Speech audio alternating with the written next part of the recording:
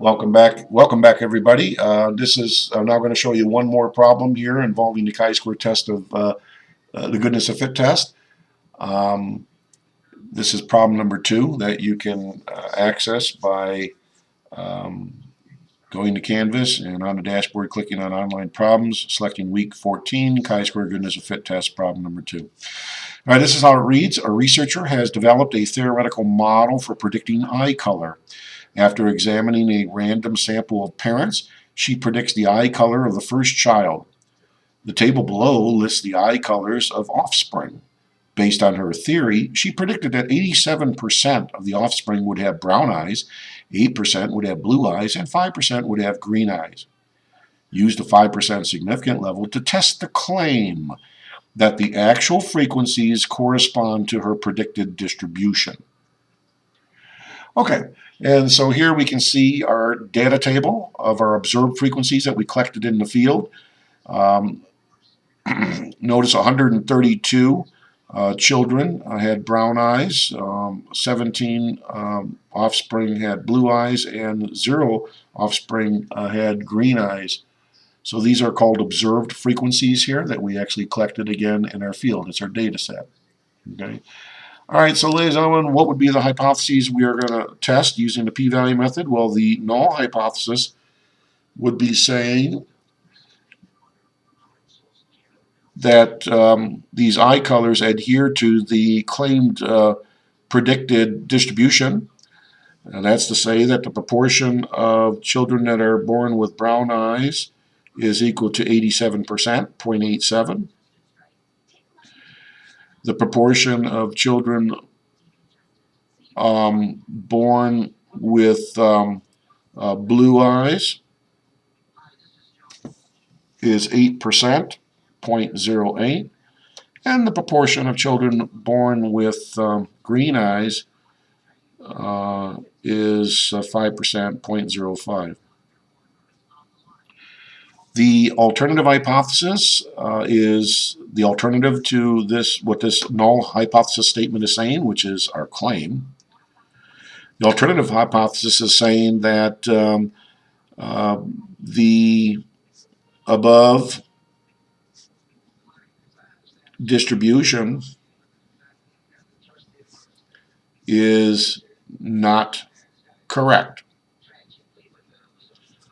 In other words, the proportion of brown eyes, blue eyes, and green eyes is not necessarily equal to the purported values of 87%, 8%, and 5% respectively. So these are the hypotheses we're going to be testing.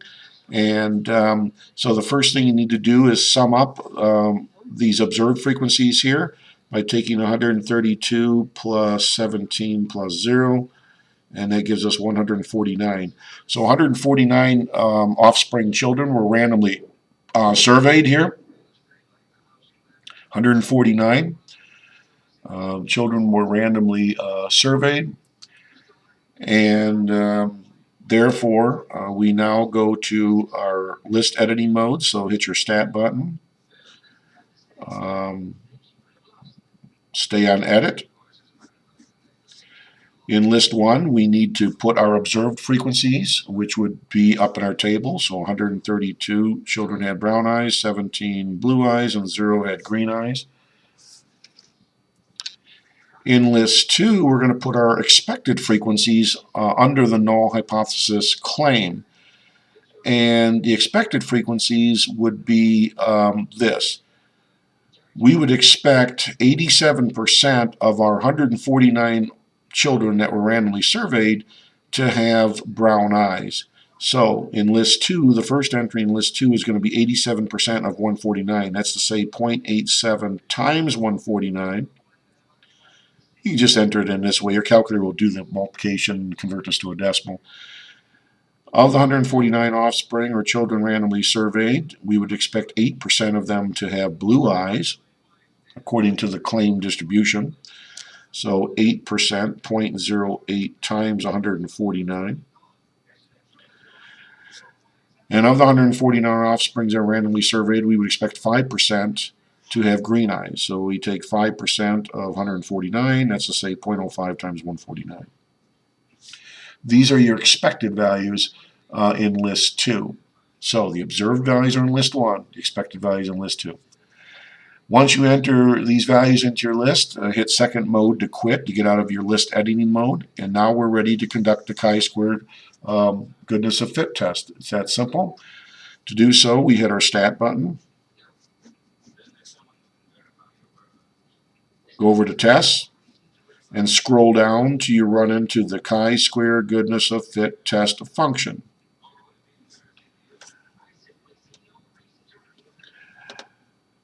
Make sure that your observed frequencies are in list 1. Make sure you have the name of list 1 here. If you don't, you're going to have to move your cursor here and hit the second key followed by the number 1 key to force the name of list 1 in here. Your expected frequencies we put into list 2. And the degrees of freedom is going to be equal to your sample size minus 1. Our sample size was 149 offspring we're randomly surveying. So 149 minus 1 is 148. And we're ready, ladies and gentlemen, to calculate the chi-square goodness of fit test here. So just click on calculate, and boom, you should get your results. When I used the calculator on the computer online, my chi-square test statistic was 9.658. Yours might be just a little different than this, but it should be, ballparkish. This is your test statistic.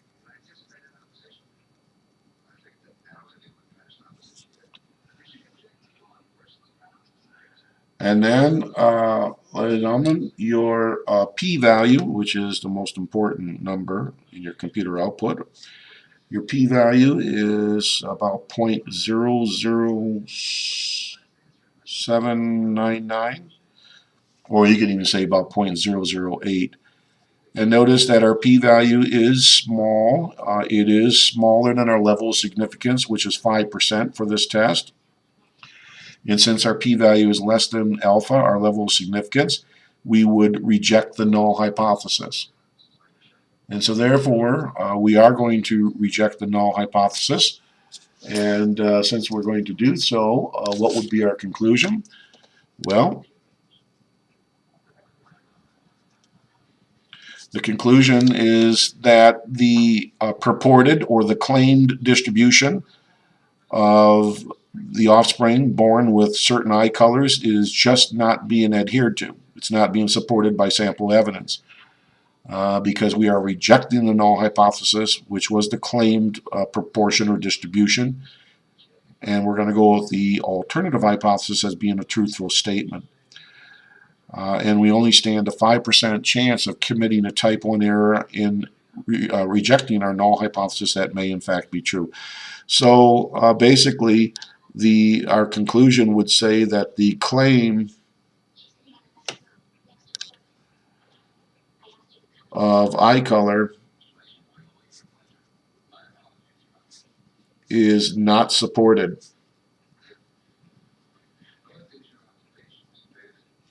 by sample evidence, as we reject the null hypothesis.